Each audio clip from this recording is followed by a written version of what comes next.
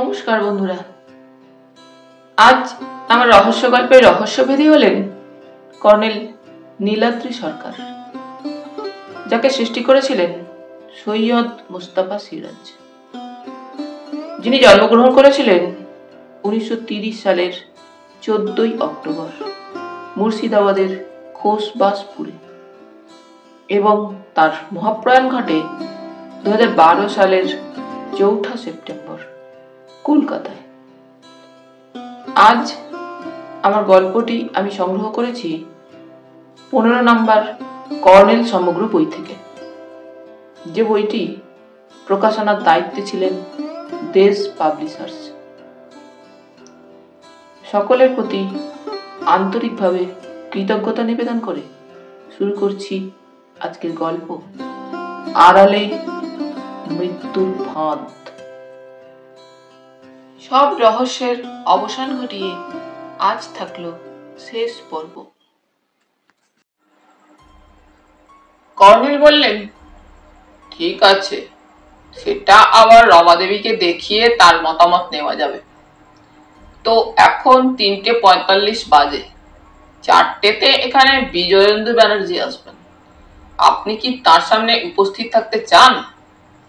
রঞ্জনবাবু বললেন, না, আমি তাহলে উঠি। একটা প্রশ্ন, বনশ্রীর কি নিজের গাড়ি আছে? আছে, দেখেছি, মারুতি গাড়ি। গাড়িটার নাম্বার জানেন? না, নাম্বার লক্ষ্য করিনি। এমন কি হতে পারে কেউ বনশ্রীকে গাড়িটা ব্যবহার করতে দিয়েছে? তা হতেও পারে। ফিল্ম মহলে গুজব শুনেছি বোম্বের এক প্রডিউসারের সঙ্গে বনশ্রীর ঘনিষ্ঠতা আছে, কলকাতায় সে প্রায়ই আসে। বলেই রঞ্জনবাবু উঠে দাঁড়ালেন। তারপর দরজার দিকে পা বাড়িয়ে ফের বললেন, কর্নেল সাহেব, আমার দৃঢ় বিশ্বাস কেউ ব্রতিনদাকে কোনো ছলে গঙ্গাধারে যেতে বলেছিল। ব্রতিনদা সরল মানুষ ছিলেন, আপনারা এদিকটা একটু ভেবে দেখবেন। রঞ্জনবাবু চলে যাওয়ার পর হালদার মশাই বললেন, মাথা ব্যাবাগ ঘুরাইয়া গেছে। বলে তিনি দ্রুত একটি নস্যি নিলেন। আমি বললুম, একটা কথা স্পষ্ট বোঝা গেল, রঞ্জনবাবু বিজয়েন্দু ব্যানার্জিকে একেবারে পছন্দ করেন না। সম্ভবত গোড়া থেকেই রঞ্জনবাবুর এই বন্ধুটিকে ফিল্ম প্রোডাকশনে নেওয়ার বিরোধী ছিলেন। রতিনবাবু তার কথায় কান দেননি। গোয়েন্দা প্রবর বললেন, কর্নেল স্যার, রঞ্জন বাবুরে বোম্বের সেই প্রডিউসারের নাম জিগাইলেন না কেন? নাম জানবার জন্য ব্যস্ততার দরকার নেই, যথাসময়ে নামটা বেরিয়ে পড়বে। নামটা সুমোহন পারেখ হতে পারে, অন্য কিছুও হতে পারে। এই সময় টেলিফোন বেজে উঠল। কর্নেল রিসিভার তুলে বললেন, হ্যালো, কে বলছেন? হ্যাঁ, আমি কর্নেল নীলাদ্রি সরকার বলছি। কি নাম বললেন? বনশ্রী রায়। আপনি কোথা থেকে বলছেন? ঠিক আছে, আপনি যদি দেখা করতে চান তাহলে সন্ধে 6টার দিকে আসতে যদি অসুবিধা না থাকে। আসলে 4টে বিজয়েন্দু ব্যানার্জি নামে এক ভদ্রলোক আসবেন বলে অ্যাপয়েন্টমেন্ট করে রেখেছেন। আপনার যদি তার সামনেই আসতে কোনো বাধা না থাকে। বুঝেছি, আপনি তাহলে ঠিক 6টাতেই আসুন। আচ্ছা, রাখছি। বলে কর্নেল রিসিভার নামিয়ে রাখলেন। আমি উত্তেজনায় চঞ্চল হয়ে উঠেছিলাম। লক্ষ্য করলুম হালদার মশাইও প্রচন্ড উত্তেজিত। তার গোফের 2 ডগা তিরতির করে কাঁপছে। তিনি খপ করে আমার হাত ধরে বলে উঠলেন, জয়ন্তবাবু, জমজমাট নাটক কি করে? বললুম, তা ঠিক, তবে মনে মনে আমি যে অঙ্ক কষে রেখেছিলুম, হঠাৎ বনশ্রী রায় তাকে এবারে হিজিবিজি করে দিল। কর্নেলকে কিন্তু একটুও উত্তেজিত মনে হলো না, তবে তার মুখে গাম্ভীর্যের ছায়া। এই সময় ডোরবেল বাজল এবং কর্নেল অভ্যাস মতো হাঁক দিলেন, ষষ্ঠী। এবার নাটকের রঙ্গমঞ্চে প্রবেশ করলেন বিজয়েন্দু ব্যানার্জি। তার পরনে আজকে সাফারি স্যুট, হাতে ব্রিফকেসটা অবশ্য আছে। তাকে চিন্তিত এবং নির্জীব দেখাচ্ছিল। মুখে নমস্কার শব্দটা উচ্চারণ করে তিনি শান্তভাবে সোফায় বসলেন। তারপর বললেন, আপনারা তিনজনেই আছেন দেখছি, আমি এসে আপনাদের কোনো অসুবিধা সৃষ্টি করিনি তো? কর্নেল এবার হাসি মুখে বললেন, অসুবিধা হওয়ার কারণ নেই মিস্টার ব্যানার্জি, আমি তো আপনাকে ডেকেছিলাম এবং আপনার জন্যই প্রতীক্ষা করছিলাম। বিজয়েন্দ্র ব্যানার্জি বললেন, হঠাৎ একটা সাংঘাতিক কাণ্ড ঘটে গেল। রতিনকে কেউ যে এভাবে খুন করবে আমি তা কল্পনাও করিনি। মাঝখান থেকে আমার টাকাগুলো একেবারে জলেই গেল, ফিরে পাবার কোনো চান্সই রইল না। কর্নেল বললেন, আগে কফি খেয়ে নিন, তারপর কথা হবে। ব্যানার্জি বললেন, কফি খাওয়ার ইচ্ছে নেই, আপনি কেন ডেকেছিলেন যদি বলেন ভালো হয়। আমার ব্যবসার স্বার্থেই কিছুক্ষণের মধ্যে একজনের কাছে যাবার কথা আছে। অবশ্য ষষ্ঠীচরণ যথারীতি এক পেয়ালা কফি এনে সেন্টার টেবিলে রেখে চলে গেল। অনিচ্ছা করে ব্যানার্জি কফির পেয়ালায় চুমুক দিলেন। এবার কর্নেল তাকে বললেন, আমি কয়েকটা গুরুত্বপূর্ণ প্রশ্নের উত্তর চাই মিস্টার ব্যানার্জি। বিজয়েন্দ্র বাবু নিষ্পলক চোখে তার দিকে তাকিয়ে বললেন, নিশ্চয়ই উত্তর দেব। কর্নেল বললেন, আপনি ব্রতিন বাবুকে নগদ 11 লাখ টাকা কবে এবং কখন দিয়েছিলেন? কোথায় দিয়েছিলেন? আমার আরো প্রশ্ন, অত টাকা দেবার সময় সেখানে আর কে উপস্থিত ছিল?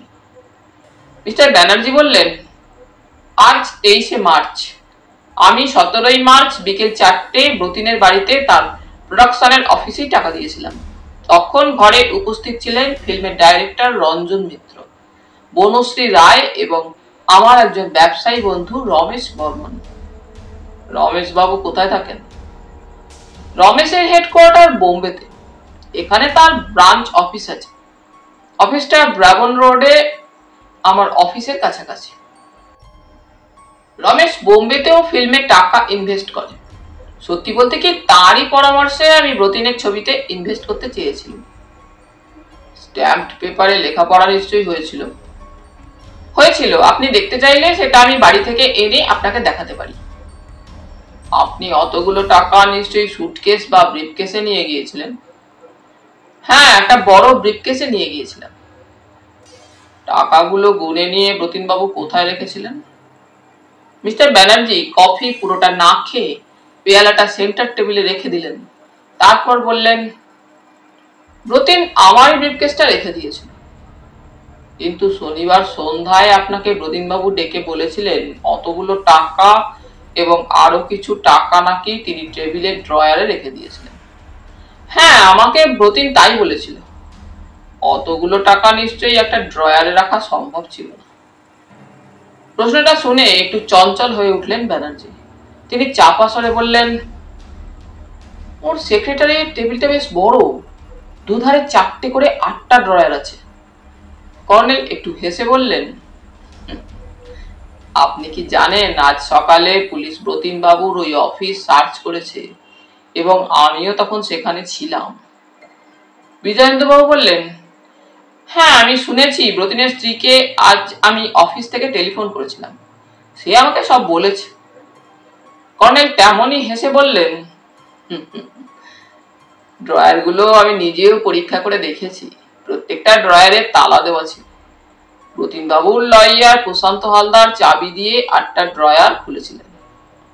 এবার আমার প্রশ্ন, বনশ্রীর পক্ষে কি করে অতগুলো ড্রয়ার থেকে টাকা চুরি করা সম্ভব? বিজয়েন্দ্র বাবু যেন একটু হকচকিয়ে গেলেন, কিন্তু তখনই সামলে নিয়ে বললেন, বনশ্রী ব্রতিনকে একেবারে পেয়ে বসেছিল। ব্রতিনের হাব ভাব দেখে আমি বুঝতে পেরেছিলাম সে যেন বনশ্রীর প্রেমে পড়ে গেছে। আপনি হাসতে পারেন, কিন্তু বনশ্রীর মধ্যে কি একটা মোহ আমিও লক্ষ্য করেছি। এবার কর্নেল যেন হাড়ি ভাঙার মতো করে বলে উঠলেন, কিন্তু আমার কাছে খবর আছে আপনি নাকি বনশ্রীকে ব্রতিনবাবুর ছবিতে অভিনয়ের জন্য প্রথমে সঙ্গে করে নিয়ে গিয়েছিলেন। তাছাড়া আপনি নাকি তাকে ছবির নায়িকা হবার জন্য সুপারিশ করেছিলেন। বিজয়েন্দ্র বাবু এবার রুষ্ট মুখে বললেন, এসব কথা নিশ্চয়ই এই হতচ্ছাড়া ডাইরেক্টর রঞ্জন মিত্রের কাছে আপনি শুনেছেন। আসল কথাটা আমি বলি, বনশ্রী আমার ব্যবসার একটা বিজ্ঞাপনে মডেল হয়েছিল, সেই সূত্রে তার সঙ্গে আমার একটুখানি মাত্র পরিচয়। বনশ্রী নিজেই বলেছিল, ব্যবসার সূত্রে আমার তো অনেকের সঙ্গেই পরিচয় আছে, যদি তাকে আমি ফিল্মে অভিনয়ের সুযোগ করে দিই সে কৃতার্থ হবে। কর্নেল নিভে যাওয়া চুরুট লাইটার জেলে ধরিয়ে একরাশ ধোঁয়ার মধ্যে বললেন,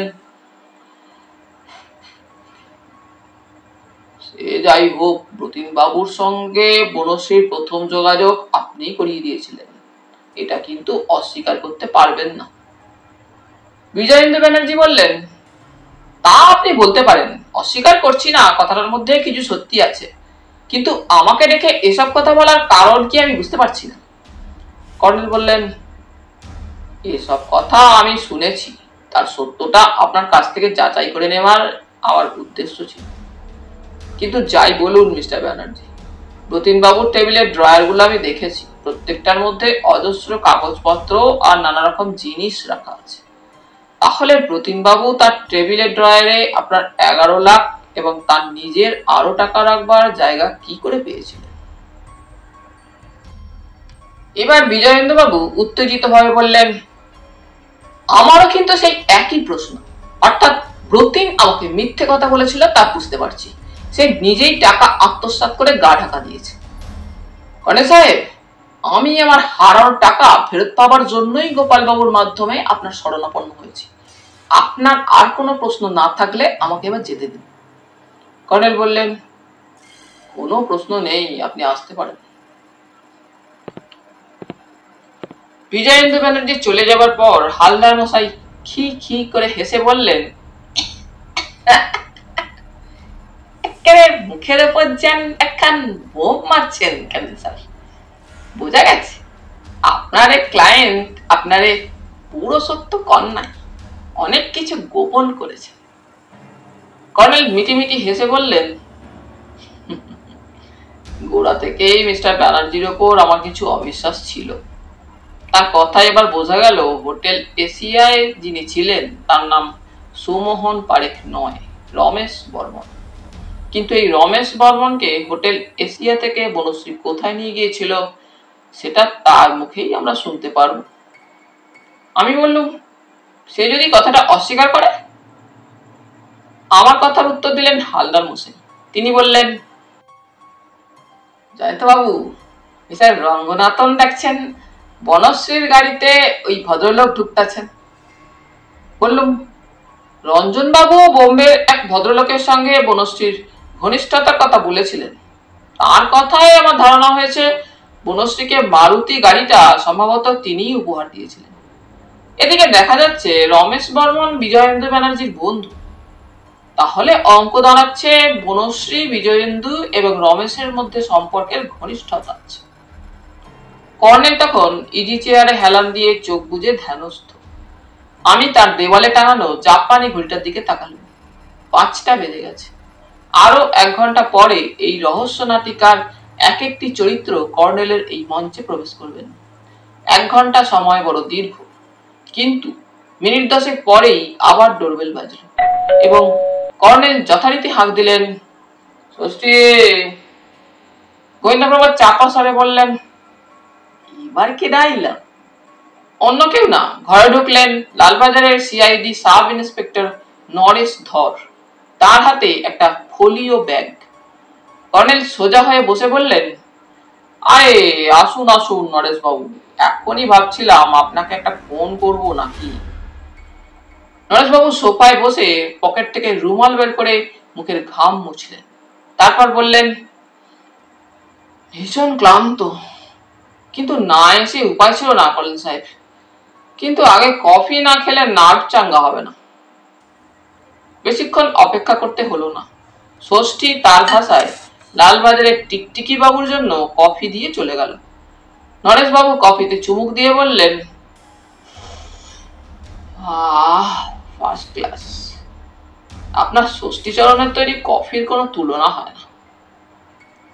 কর্নেল বললেন, আপনাকে বেশ হাসি খুশি দেখাচ্ছে নরেশ বাবু, আশা করি আমি আপনাকে সকালে যে কথাটা বলেছিলাম তার পজিটিভ উত্তর মিলেছে। নরেশবাবু বললেন, হ্যাঁ, রাজগাঁওয়ে স্বয়ং কমিশনার সাহেব ট্রাঙ্ক কল করেছিলেন।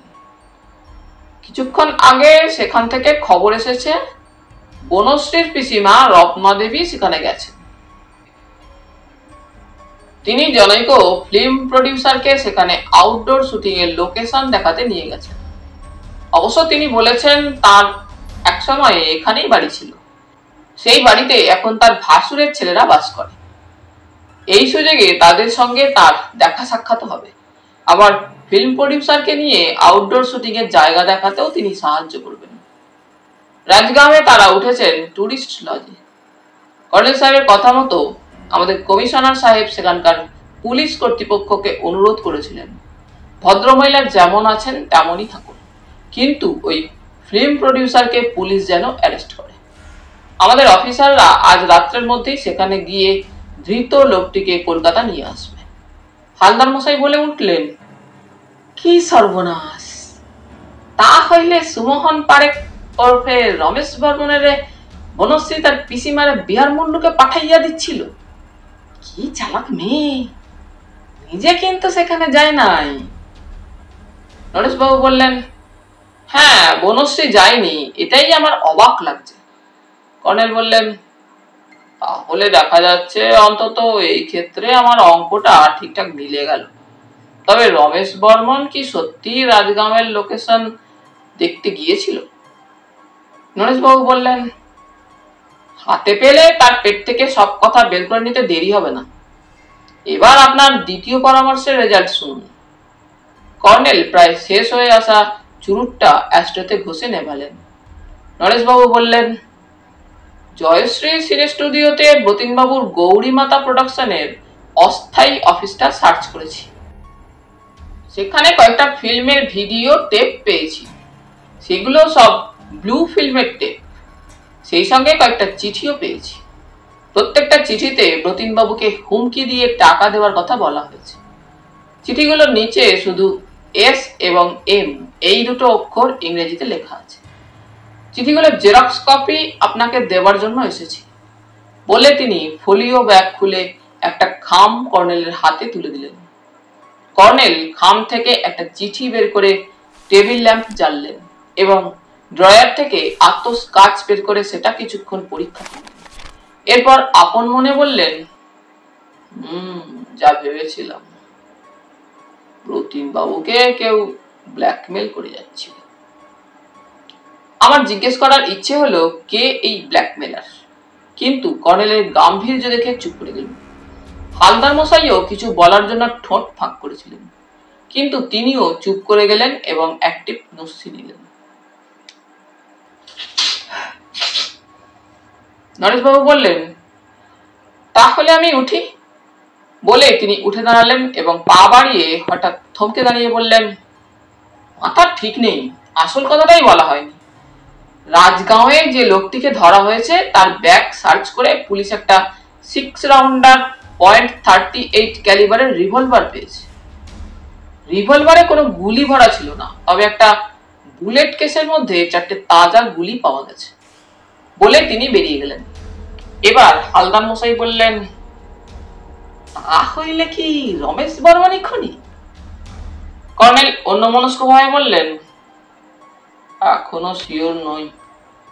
আমি বললুম, তার সঙ্গে বনশ্রীর পিসিমা এবং বনশ্রী দুজনেই ছিল। অর্থাৎ আমি বলতে চাইছি, হোটেল এশিয়া থেকে বনশ্রী মারুতি গাড়ি চালিয়ে তার পিসিমা এবং রমেশ বর্মনকে সম্ভবত হাওড়া স্টেশনে পৌঁছে দিতে যাচ্ছিল। এই অবস্থায় রমেশ বর্মন কি করে এবং কখন ব্রতিনবাবুকে গুলি করে মারলেন? শুধু তাই নয়, তার দেহ গঙ্গায় ফেলে দেওয়ার চেষ্টাও করলেন। আমার মাথায় এই ব্যাপারটা ঢুকছে না। কর্নেল গম্ভীর মুখে বললেন, অকারণ মাথা ঘামিয়ে কোনো লাভ নেই জয়ন্ত। কিভাবে ব্রতিনবাবুকে খুন করা হয়েছে তা জানতে হলে আমাদের আরো অনেক দূর এগোতে হবে। কথাটা বলে তিনি হঠাৎ গাম্ভীর্য চুরমার করে হেসে উঠলেন। বললাম, কি ব্যাপার? কর্নেল সহাস্যে বললেন, 6টা নাগাদ তোমার দেখা সেই দীপ্তিময়ী সুন্দরী তরুণী তোমার মতো যুবকের চোখ ধাঁধিয়ে দিতে আসছে। অতএব অঙ্কনা কোষে মন মেজাজ হালকা রাখো। বললুম, আপনার সান্নিধ্যে থেকে মাঝে মাঝে মনে হয় আমার মুখেও আপনার মতো সাদা দাড়ি গজিয়ে গেছে এবং টাক পড়েছে। কাজেই সুন্দরীদের সম্পর্কে আমি কোল্ড। গোয়েন্দাপ্রভা কি বুঝলেন কে জানে, খি খি করে হেসে উঠলেন।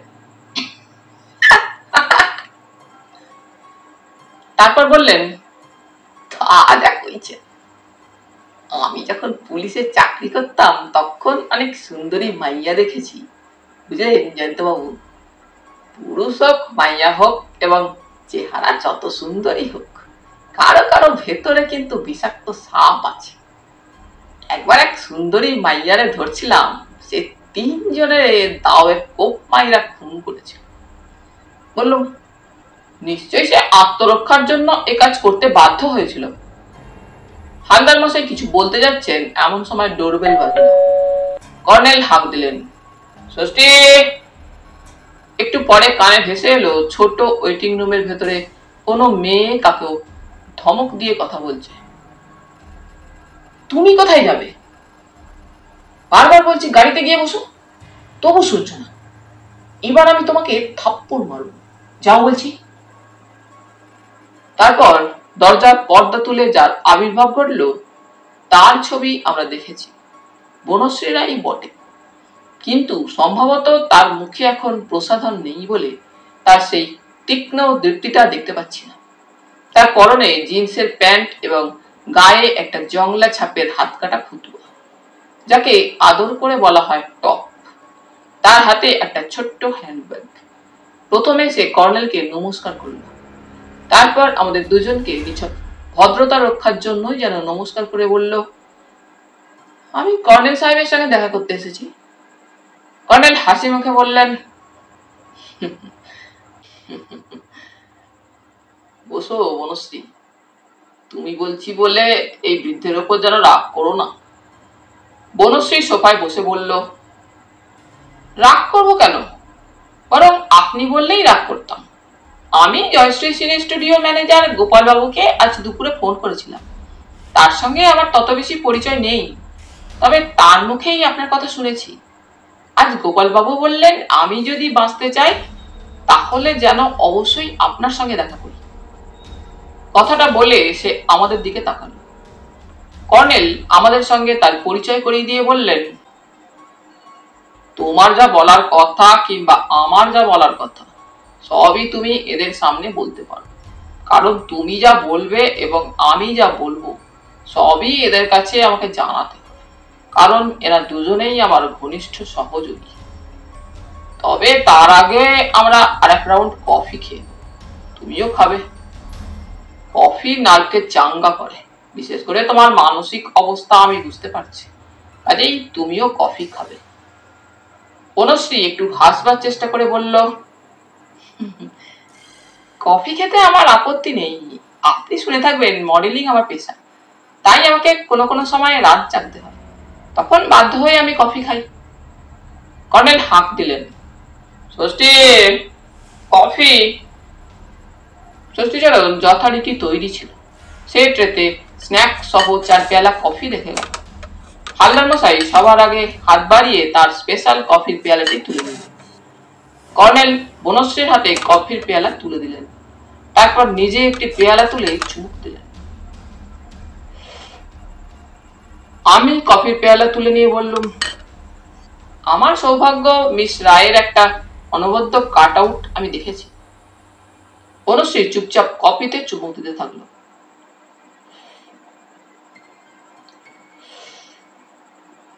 তারপর বলল, কর্নেল সাহেব, আপনি বিশ্বাস করুন আমি সত্যিই জানতাম না যে আমি একটা ফাঁদে পা দিয়েছি। বিজয়েন্দ্র ব্যানার্জি নামে এক ভদ্রলোক ব্যবসা করেন। তার ব্যবসা ইলেকট্রনিক গুডস থেকে শুরু করে নানা রকম বিদেশি প্রসাধনী, এমনকি কম্পিউটারের। গত মাসে আমি ফেয়ারটোন নামে একটা বিজ্ঞাপন কোম্পানিতে মডেলিং করেছিলাম। সেই সময় এই ভদ্রলোকের ব্যবসার জন্য আমাদের কোম্পানি একটা বিজ্ঞাপন করেছিল, তাতে আমি মডেল ছিলাম। শুধু ম্যাগাজিনে নয়, কলকাতার নানা জায়গাতেই এই বিজ্ঞাপনের হোর্ডিং আছে। তাই প্রকাশে বেরোলে অনেকে আমাকে চিনে ফেলে এবং ভিড় করে।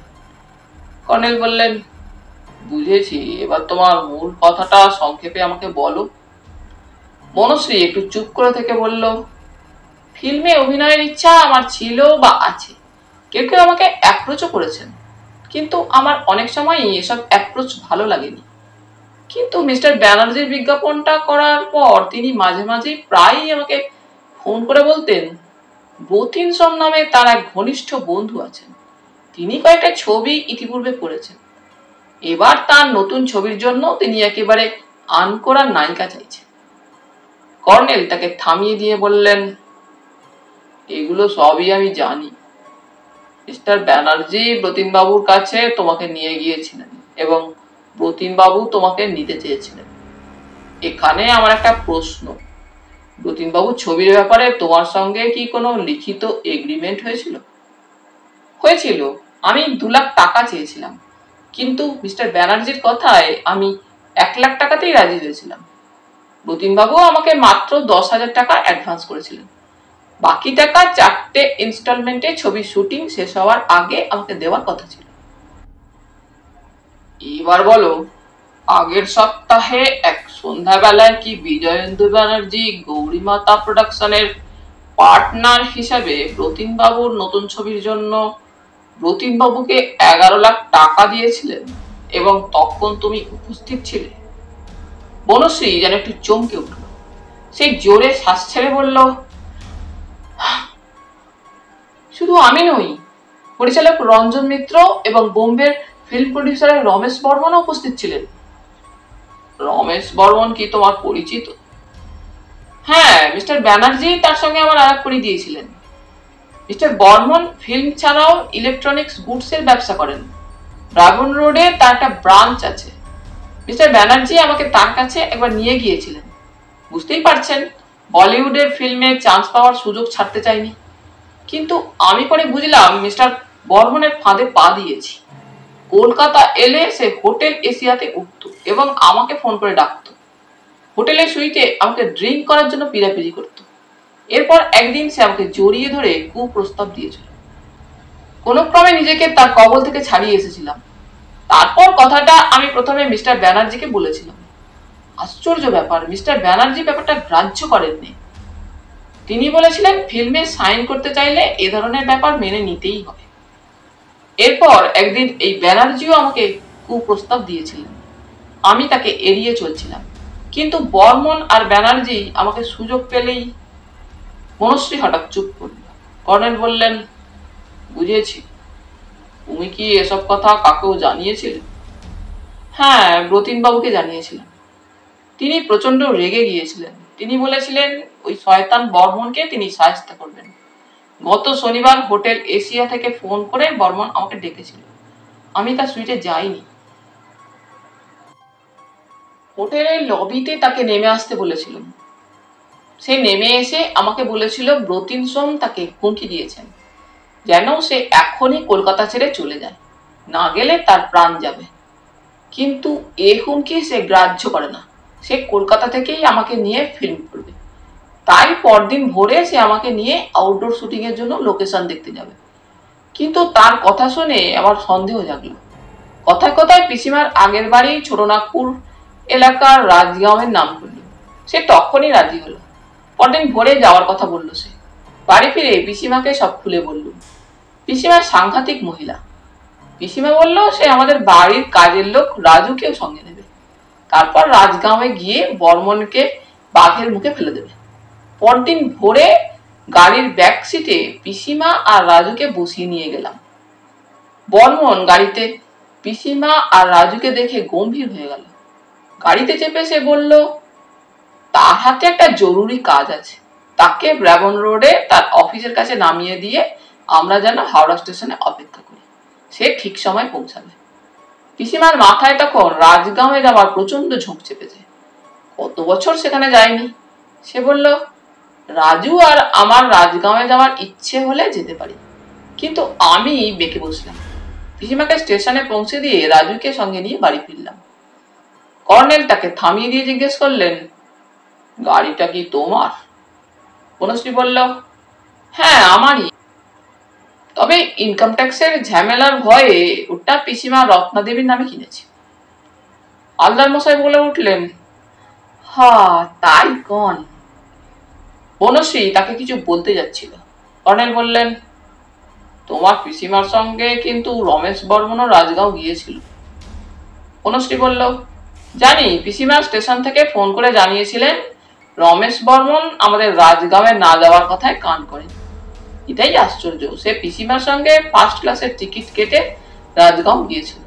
আজ দুপুরে রাজগাঁও থেকে পিসিমার ট্রাঙ্ক কলে জানিয়েছে সেখানে পুলিশ নাকি বর্মনকে অ্যারেস্ট করেছে। কর্নেল বললেন, হ্যাঁ, রমেশ বর্মন আসলে রাজগাঁওয়ে গা ঢাকা দিতে চেয়েছিল, তাই অগত্যা সে তোমার পিসিমার সঙ্গী হয়েছিল। বনশ্রী অবাক চোখে তাকালো, তারপর উত্তেজিত হয়ে বলল, বাড়ি ফিরে শুনেছিলাম কে বা কারা রতিনবাবুকে নাকি গঙ্গার ধারে খুন করেছে, তাহলে কি? তার কথার উপর কর্নেল বললেন, হ্যাঁ, বর্মন একটা বোঝাপড়ার জন্য রতিনবাবুকে গঙ্গার ধারে আউটরাম ঘাটের কাছে সকাল 9টা থেকে 10টার মধ্যে ডেকেছিল। তার লেখা চিঠিটা আমি রতিনবাবুর বাড়িতে তার অফিস ঘরে খুঁজে পেয়েছি। রতিনবাবু বোকার মতো তার ফাঁদে পা দিয়ে প্রাণে মারা পড়েছিল। বর্মন তাকে মেরে প্রতিহিংসা চরিতার্থ করেছে। তাছাড়া সে ভেবেছিল তোমার ফিল্মে নামার চান্স এভাবে নষ্ট হলে তুমি তার প্রস্তাব মেনে নিয়ে তার ছবিতে অভিনয়ের সুযোগ হাতছাড়া করতে চাইবে না। বনশ্রী ঘড়ি দেখে বলল, একটা কথা কর্নেল সাহেব। বলো। পুলিশ আমাকে রতিনবাবুর মার্ডার কেসে জড়াবে না তো? কর্নেল হাসলেন, জড়াবে, তবে সাক্ষী হিসাবে। আমি এবার উঠি। শেষ প্রশ্ন, মিস্টার ব্যানার্জি কি সত্যি রতিনবাবুকে 11 লাখ টাকা দিয়েছিলেন? হ্যাঁ, কিন্তু বলো। আমি জানি মিস্টার ব্যানার্জি রতিনবাবুকে ব্ল্যাকমেল করতেন। ব্যানার্জির কাছে শুনেছি, অবশ্য তখন তিনি মত্ত অবস্থায় ছিলেন, রতিনবাবু নাকি ব্লু ফিল্মের কারবার করেন। কাজেই মিস্টার ব্যানার্জির টাকা মিস্টার ব্যানার্জির হাতেই ফিরে যেত। আচ্ছা, আমি চলি কর্নেল সাহেব, বলে কর্নেল এবং আমাদের দুজনকে নমস্কার করে বনশ্রী বেরিয়ে গেল।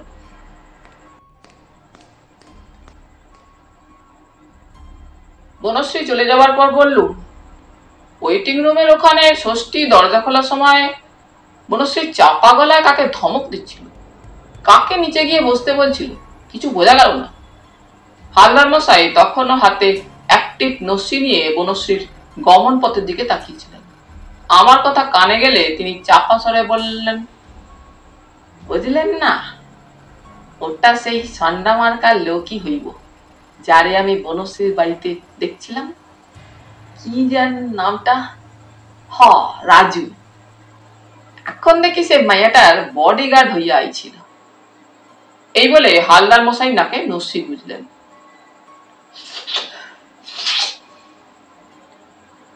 বললুম, কর্নেল, একটা কথা স্পষ্ট বোঝা গেল, রমেশ বর্মনই রতিনবাবুকে বোঝাপড়ার জন্য সকালে গঙ্গার ধারে ডেকেছিল, কিন্তু তার একজন সঙ্গী তো দরকার ছিল। তাছাড়া নরেশবাবু বলছিলেন মোটর সাইকেলের চাকার দাগ পেয়েছেন।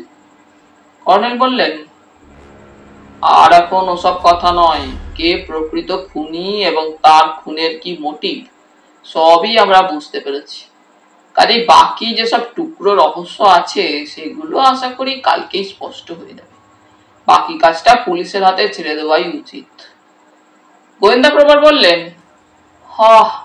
আমারও টায়ার্ড লাগতেছে, বাড়ি যাই গিয়া, বলে তিনি উঠে দাঁড়ালেন এবং কর্নেলের উদ্দেশ্যে বললেন, কর্নেল স্যার, আমাকে কি আর কিছু করতে দিব? কর্নেল বললেন, বিশেষ কিছু না, কাল মর্নিং এ আপনি বিজয়েন্দু ব্যানার্জি পাড়ায় গিয়ে একটু খোঁজ নেবেন, তার কোনো ডাক নাম আছে কিনা। প্রাইভেট ডিটেকটিভ যেন একটু অবাক হলেন, তারপর তার অভ্যাস মতো সবেগে বেরিয়ে গেলেন। একটু পরে দেখলুম কর্নেল রতিন বাবুর নিখোঁজ হয়ে যাবার চিঠিটার জেরক্স কপি এবং আরো কয়েকটা চিঠি ড্রয়ার থেকে বের করে টেবিল ল্যাম্পের আলোয় আতস কাঁচের সাহায্যে পরীক্ষা করতে থাকলেন। অন্য চিঠিগুলো নরেশ বাবুর দিয়ে যাওয়া চিঠি। সেগুলো জয়শ্রী সিনে স্টুডিওতে গৌরী মাতা প্রোডাকশনের অফিসে নরেশবাবু খুঁজে পেয়েছিলেন। ওগুলো ব্রতিনবাবুকে ব্ল্যাকমেল করা চিঠি। বেশ কিছুক্ষণ চিঠিগুলো পরীক্ষা করার পর তিনি ড্রয়ারে সেগুলো রেখে দিলেন। আত্মস কাজটাও ড্রয়ারে ঢুকিয়ে রাখলেন। তারপর যেন আপন মনেই বললেন, পুলিশের হস্তাক্ষর বিশেষজ্ঞরা, অর্থাৎ যাদের গ্রাফোলজিস্ট বলা হয়, তারা কি বলবেন জানি না, তবে আমার মতে সবগুলো চিঠি একটি লোকের হাতের লেখা। আমি বললাম, কিন্তু কর্নেল, ব্ল্যাকমেলের চিঠিগুলোর তলায় সই করা আছে ইংরেজিতে এস এবং এম। এই লোকটিকে তো এখনো খুঁজে বের করা হয়নি। কর্নেল একটু হেসে বললেন, হয়তো হয়েছে, এখন আর আমিও এই কেস নিয়ে মাথা ঘামাতে চাই না। পরদিন সকালে 8টায় ঘুম ভাঙার পর বেডটি খেয়ে এবং বাথরুমে গিয়ে দাড়ি কামানো, প্রাতঃকৃত্য ইত্যাদি সেরে ফ্রেশ হয়ে ড্রয়িং রুমে গেলুম। দেখলুম কর্নেল তখনও তার ছাদের বাগান থেকে নেমে আসেননি। আমি সোফায় বসে সেদিনকার ইংরেজি এবং বাংলা কাগজগুলোর চোখ বুলোতে থাকলাম। সব কাগজেই ফিল্ম প্রডিউসার ব্রতিন সোমের হত্যাকাণ্ড নিয়ে অনেক জল্পনা করেছে।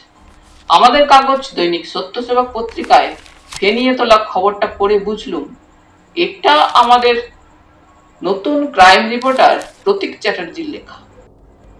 সে বনশ্রীকে নিয়ে একটা গল্প ফাঁদতে চেয়েছে। মনে মনে হেসে ভাবলুম, আমাদের পত্রিকার chief of the news bureau সত্যদা এই সময়ে আমার অফিস কামাই নিয়ে খুব খাপ্পা। অবশ্য জানি না তিনি আমার অজ্ঞাতসারে কর্নেলকে টেলিফোন করেছেন কিনা। একটু পরে কর্নেল ফিটফাট হয়ে ড্রয়িং রুমে এলেন। সহাস্যে বললেন, মর্নিং জয়ন্ত, আশা করি সুনিদ্রা হয়েছে। বললুম, মর্নিং কর্নেল, সত্যি বলতে কি আজ চমৎকার ঘুমিয়েছি। তিনি ইজি চেয়ারে বসার পর ষষ্ঠীচরণ ট্রেতে 2 পেয়ালা কফি আর স্ন্যাক্স রেখে গেল। এই সময় ডোরবেল বেজে উঠল এবং কর্নেলও হাঁক দিলেন, ষষ্ঠী। তারপর সবেগে প্রবেশ করলেন গোয়েন্দা প্রবর কে কে হালদার। তিনি সোফায় ধপাস করে বসে বললেন, শ্যামবাজার থেকে আইতেছি। বিজয়েন্দু ব্যানার্জির বাড়ির কাছাকাছি চায়ের দোকান আর পানের দোকানে জেগাই ছিলাম। এখানে বিজয়েন্দু বাবুর বাড়ি কেউ চেনে কিনা। অনেক খোঁজ খবরের পর একজন কইলেন মোড়ের ওই বাড়িটা, কিন্তু ওনারে তো আমরা সন্তু বাবু নামে চিনি। আর একজন বললেন লোকটার হেভি বিজনেস, 2 নামে কারবার চালায় শুনেছি, সনত মুখার্জি আর বিজয়েন্দু ব্যানার্জি। তবে এ পাড়ায় আমরা তাকে সন্তু ব্যানার্জি নামেই চিনি। কথাগুলো শোনা মাত্র আমি বলে উঠলুম, কর্নেল, চিঠিতে লেখা ইংরেজি এস পেয়ে গেলেন, তবে এম বলতে আমার মনে হয় বিজয়েন্দ্র বাবুর 2 নম্বর নাম সনত বা সন্তু মুখার্জি। কর্নেল রিসিভার তুলে ডায়াল করার পর সারা এলে বললেন, হ্যালো, গুড মর্নিং অরিজিৎ, সুখবর দিচ্ছি। আগে কথাটা শোনো, বিজয়েন্দু ব্যানার্জির আর একটা নাম সনত মুখার্জি বা সন্তু বাবু। কাজেই ব্রতিন বাবুর ব্ল্যাকমেলার এই ভদ্রলোক। এরপর তোমরা যা করার করো। হ্যাঁ, জিজ্ঞাসাবাদের জন্য একজন ব্ল্যাকমেলারকে আইনে নিশ্চয়ই আটক করা যায়। পরে নরেশ বাবুকে একবার আমার সঙ্গে যোগাযোগ করতে বলবে। কিছু গুড লাক, রাখছি। বুঝতে পারলুম এখন কফির দিকেই এই বৃদ্ধের মন লেগে আছে। তাই ডিসিডিডি লাহিড়ী সাহেবের সঙ্গে স্বভাবসুলভ রসিকতা করলেন না।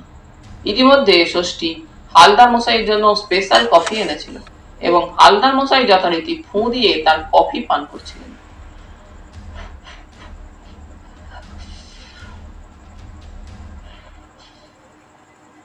আজ এই সকালে হালদার মশাইকে খুব উৎফুল্ল দেখাচ্ছিল। তিনি তার পুলিশ জীবনের ডবল নামধারী একজন অপরাধীর কাহিনী সবিস্তারে বলছিলেন। কিছুক্ষণ পরে কর্নেল রিসিভার তুলে ডায়াল করতে যাচ্ছেন, এমন সময় আবার ডোরবেল বাজল। জয়শ্রী সিনে স্টুডিও ম্যানেজার গোপাল গুহ ঘরে ঢুকে বিরস মুখে নমস্কার করে আড়ষ্টভাবে বসলেন। তারপর বললেন, আমি কর্নেল সাহেবের কাছে ক্ষমা চাইতে এসেছি।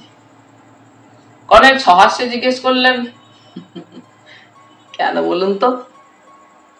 গোপালবাবু বিমর্ষ মুখে বললেন, বিজয়েন্দ্র ব্যানার্জি নামের লোকটা হাড়ে হাড়ে যে একজন সাংঘাতিক বজ্জাত তা আমি কেমন করে জানবো? বুঝতেই পারছেন, মুখোশের আড়ালে অন্য মুখ থাকে। আমি এমন একজন লোককে আপনার কাছে নিয়ে এসেছিলাম, সেজন্য নিজেকে অপরাধী মনে হচ্ছে। কিছুক্ষণ আগে খবর পেলাম পুলিশ তাকে অ্যারেস্ট করেছে।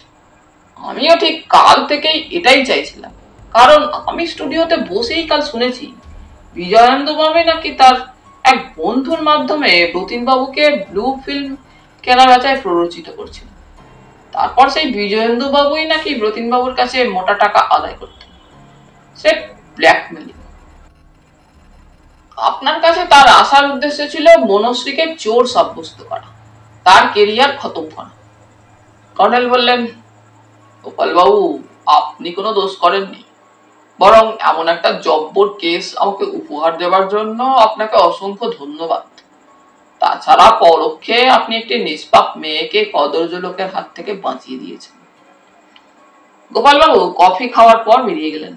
আবার হালদার মশাইয়ের পুলিশ জীবনের গল্প শুরু হলো। কান পেতে শুনছিলাম না, তবু মুখে শুধু হু দিয়ে যাচ্ছিলাম। এরপর বেলা 9টায় কর্নেলের দ্বিতীয় দফা কফির আদেশ পালন করেছিল ষষ্ঠী। আমরা সবে দ্বিতীয় দফার কফি শেষ করেছি। টেলিফোন বেজে উঠল। কর্নেল রিসিভার তুলে সাড়া দিলেন। তারপর বললেন, হ্যালো নরেশ বাবু, ব্ল্যাকমেলার ভদ্রলোককে আশা করি পাকড়াও করেছেন। হ্যাঁ, সেই ভদ্রলোককেই, যে রমেশ বর্মনকে নিয়ে হংকং থেকে ব্লু ফিল্মের চোরাই ভিডিও টেপ সাপ্লাই করতেন ব্রতিন বাবুকে। ব্রতিন বাবুর এই একটাই ভুল। আমার ধারণা ব্ল্যাকমেলারের চাপে তার নতুন ছবির কাজে নামতে দেরি হচ্ছে। সেই ফাইলটা যেটা আপনি ব্রতিন বাবুর আলমারি থেকে সিজ করেছিলেন। বুঝেছি, ওতেই তাহলে ব্লু ফিল্ম কেনাবেচার হিসেব ছিল। বলেন কি, আলাদা ব্যাংক অ্যাকাউন্টের পাসবই এবং চেক পেয়ে গেছে? কিন্তু যার অ্যাকাউন্ট সে তো চিতায় পুড়ে ছাই হয়ে গেছে। আর একটা কথা, রমেশ বর্মন যে মোটরসাইকেল ব্যবহার করেছিল এবং তার সঙ্গে যে লোকটা ছিল সে বিষয়ে কিছু হদিস করতে পেরেছেন? হ্যাঁ, ওটা সময় সাপেক্ষ এবং আমাদের পুলিশ সোর্স থেকে শেষাবধি সফল হবেন, আমার এতে কোনো সন্দেহ নেই। হ্যাঁ, চাপ দিলে রমেশ বর্মনের পেট থেকেও ওসব কথা বেরিয়ে আসতে পারে। গুড লাক, ছাড়ছি। রিসিভার রেখে কর্নেল বললেন, গঙ্গার ধারে আউটরাম ঘাটে কয়েকটা দিন ঘোরাঘুরি করলে আমি অবশ্য বর্মনের সঙ্গী এবং মোটর সাইকেলের সূত্র খুঁজে বের করতে পারতাম, কিন্তু আর অতটা পরিশ্রমের কারণ দেখছি না। প্রতিম বাবুর প্রকৃত খুনি ধরা পড়েছে, এটাই যথেষ্ট। আমি বললুম, আমার খুব আশ্চর্য লাগছে, বিজয়েন্দ্র ব্যানার্জি আপনাকে এক গাদা মিথ্যে কথা শুনিয়েছিল। সত্যি তো, 11 লাখ টাকা ব্রতিন বাবুর ওই সেক্রেটারিয়েট টেবিলের 8টা ড্রয়ারও ধরানো যাবে না, অথচ সেই টাকা নাকি বনশ্রী চুরি করেছে। এই কথা ব্রতিন বাবু নাকি তাকে বলেছিলেন।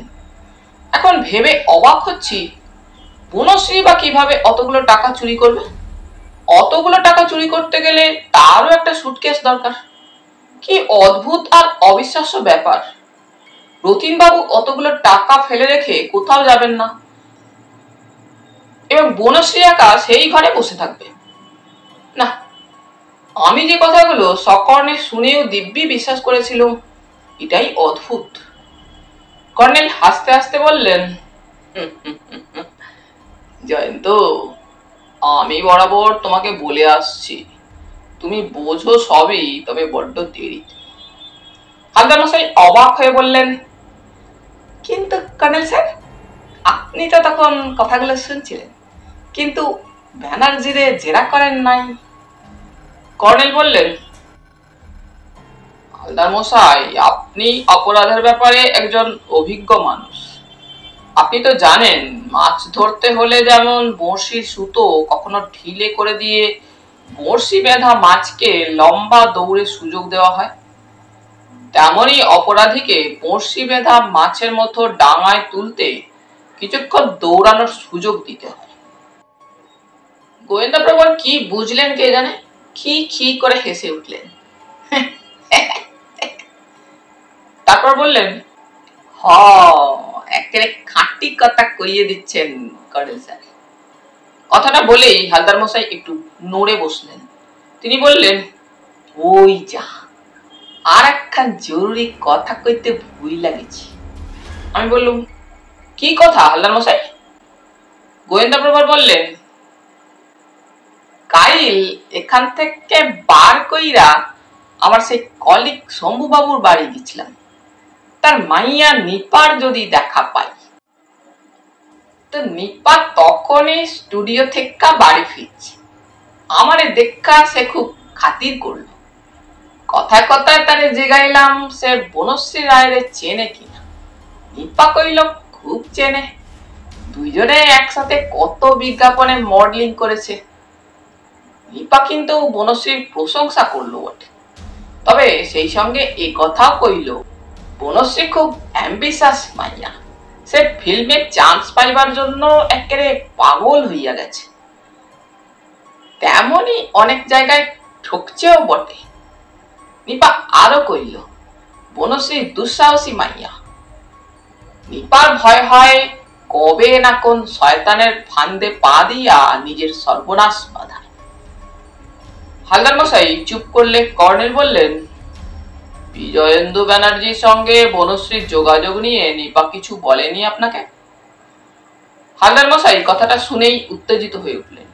বললেন, হ কইছে, নিপা কইছে ওই ব্যানার্জি বাবু তার ব্যবসার জন্য বনশ্রী লইয়া একখান বিজ্ঞাপন করছিলেন। তারপর বনশ্রীরে তিনি ফিল্মে নামবার জন্য সুযোগ দেবেন কইছিলেন। নিপা একদিন বনশ্রীর সাথে তার অফিসে গিয়েছিল। নিপা কইল লোকটা তার অফিসের মধ্যে বইয়া দুইজনের স্কচ খাইতে চাচ্ছিল। নিপা তখনই রাগ কইরা বাড়াইয়া যায়। বনশ্রী কিন্তু বইয়া ছিল। আমি বললুম, বোঝা যাচ্ছে বনশ্রী সত্যি ব্যানার্জির ফাঁদে পা দিয়েছিল, সে জোর বেঁচে গেছে। কর্নেল বললেন, হ্যাঁ, বনশ্রী আপাতত বেঁচে গেছে। মাঝখান থেকে ব্রতিন বাবু বোকার মতো প্রথমে ব্যানার্জি এবং পরে বর্মনের ফাঁদে পা দিয়ে বেঘরে প্রাণ দিলেন। এখন শুধু এইটুকুই সান্ত্বনা, ব্রতিন বাবুর খুনি ধরা পড়েছে এবং ব্যানার্জি পুলিশের জেরায় জেলবার হচ্ছে। হয়তো তাকেও শাস্তি পেতে হবে। তাহলে বন্ধুরা, আজ এই পর্যন্তই। গল্প পাঠ তোমাদের ভালো লেগে থাকলে তোমাদের কাছে আবারও অনুরোধ থাকলো, লাইক, শেয়ার এবং সাবস্ক্রাইব করে তোমাদের মূল্যবান মতামত পাঠানোর জন্য। ধন্যবাদ।